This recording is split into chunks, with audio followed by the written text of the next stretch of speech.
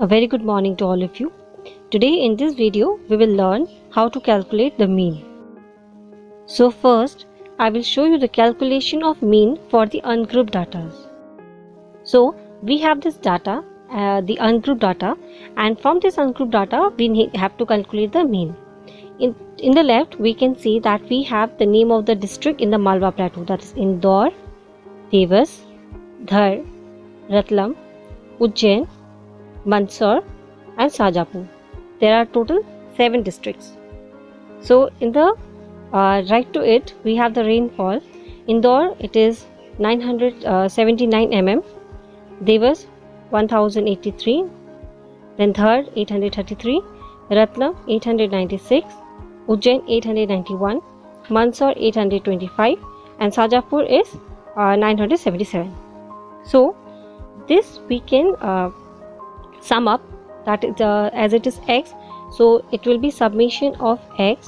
So summation of x we will get, we will have to do the total of all and then we will get 6484. So this is summation x. So now the calculation of mean. How to calculate the mean? So to calculate the mean for the ungrouped data we have the formula. This is mean is equal to summation of x by n. N is the number of frequency. Here we have 1, 2, 3, 4, 5, 6, 7.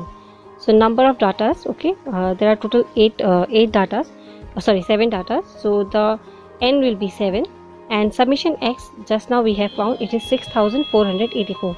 So it's very easy. We just have to divide 6484 divided by 7 and thus we will get 926.29 approximately. So this is the calculation of mean of the ungrouped data by the direct method. Now we will solve the mean of the group data by the direct method. So we have the data here. In the data you can see that in the first column we have the rainfall in millimeter. Second we have number of days, that is frequency. These two column will be given to us. Then we have to calculate x and then fx. For calculating the mean by the group data, in the group data by the direct method, the formula of the mean is summation fx by summation f. So thus we need to calculate to find out the fx. So how to find the fx, we will see that. So first we have to find x, that is the midpoint. Midpoint is the middle of the class interval, that is 30 and 35. So in order to find the midpoint of 30 and 35, what we will do, we will add 30 plus 35 divided by 2. So when we will add 30 and 35, we will get 65.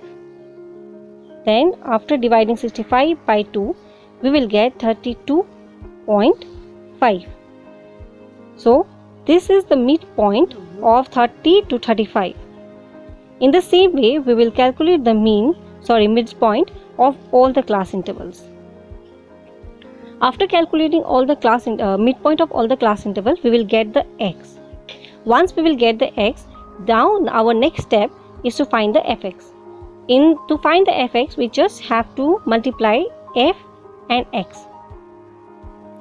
So, for example, first 5 into 32.5, we will get 62.5. This is how we are getting the fx of each class interval. Next is 6, then 37.5. We will multiply 6 into 37.5. We will get 225. In the same way, we will multiply the f and x and then we will get the fx. Once we will get the fx of all the class interval, we will add or we will sum up all the fx. Then we will get the summation fx. Here the summation fx is 4675. So once we will get the fx, now our next step is to find the mean. So now, as we know, our submission fx is 4675. We will put all the data in the formula now. Mean is equal to summation fx by summation f. So summation fx is 4675 divided by summation f, that is 90. After dividing this, we will get 51.9, and this is the mean of this group data. And now we will calculate the mean of the group data by using an indirect method. So now we will use the indirect method, which is also called an assume mean method. So we will get these two data, that is the class interval and the frequency.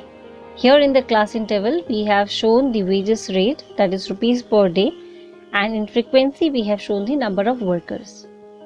First we have to find out the summation f, or we can say n, and then for this we will have to add all the frequencies. So once we will add all the frequencies, we will get summation f, that is 99. So now let us see the formula to find out the mean using the indirect method. Here mean is equal to a plus summation fd by summation f or n. A is the assumed mean.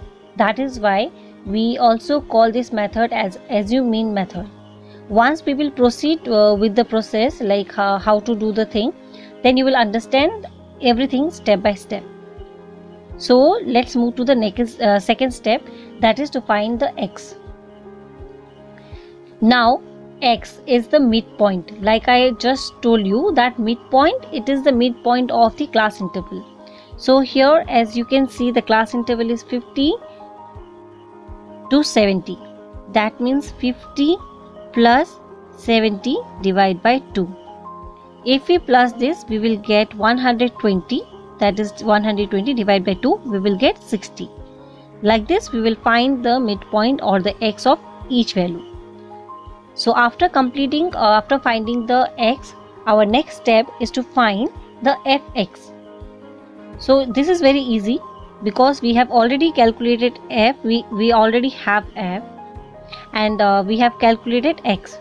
So now our next step is to multiply these two. For example, 10 into 60 is 600, 20 into 80 is equal to 1600, 25 into 100 is equal to 2500, 35 into 120 is equal to 4200, and lastly 9 into 140 is equal to 12,600. So like this we will get all the fx. Once we will find all the fx, our next step is to do the summation of all the fx. So we will add all the fx, and once we will add all this digit, we will get the total of 10,160.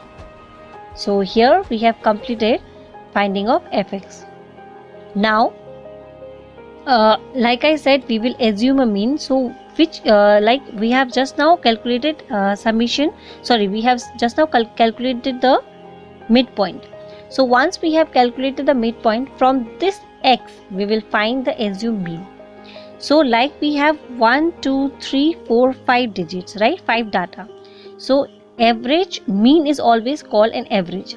So average is something in the middle. So like we have here 5, so we can easily find the middle digit, that is 100. So this 100 is assumed as a mean. It is not exactly mean, it is assumed mean. We have just assumed and we have taken this digit as a mean now. For the further calculation, we will need this assumed mean. So please understand that assumed mean is the one which we will choose from the midpoint, and it should be the digit in the middle. If there are 6 numbers, suppose 1 2 3 and one more, so in middle you will get 2 numbers. So it all depends on you. You can choose any one of the number. And here as we have 5, so it's very easy to find the middle one. So 100 I have chosen as an assumed mean. So once we have completed finding fx, now we will move to the next step, that is to find d. Now d, just now I said it is the deviation, means how much we have deviated from the assumed mean. That's why it's called deviation from the assumed mean. So suppose here the formula of finding d is x minus a. So we need x and assumed mean is this. So x minus a, that is 100, 60 minus 100 we will get minus 40. Next x minus a, that is 80 minus 100 we will get minus 20. Third, 100 minus 100 we will get 0, and like this we will again do 120 minus 100 we will get 20, and lastly 140 minus 100 is 40. So once we have calculated d, so we will come to the last and the final step, that is to calculate the fd. So here we need f and d. So we know that we have the frequency here, f is frequency and d is the deviation that we have just now calculated. So now we need to multiply these two digits, f and d. So here, like for example 10 into 40, it is minus 40, that's why the answer will be minus 400. In the same way 20 into minus 20, again minus 400. 25 into 0, 0. 35 into 20 is 700, and lastly 90 into 40 is 360. So after doing all this, we will have to add all the fd digits. So minus 40 is minus 800, we get minus 800 when we add this two, and when we add this two we get 1060. So when we will do the calculation, we will find that summation fd is equal to 260. Now putting everything in the formula, we will find the mean. So here as we have assumed the mean to be 100, so a is equal to 100 plus summation fd just now we have got 260, and summation f, that is n, is 99. So next step is 100, then 160 divided by 99. When you will divide, you will find it is 2.6. So finally the answer will be 102.6. So this is the final calculation of the mean of the group data using the indirect method. So that was all about the calculation of mean by the direct and the indirect method. I hope you have understood the concept. Thank you.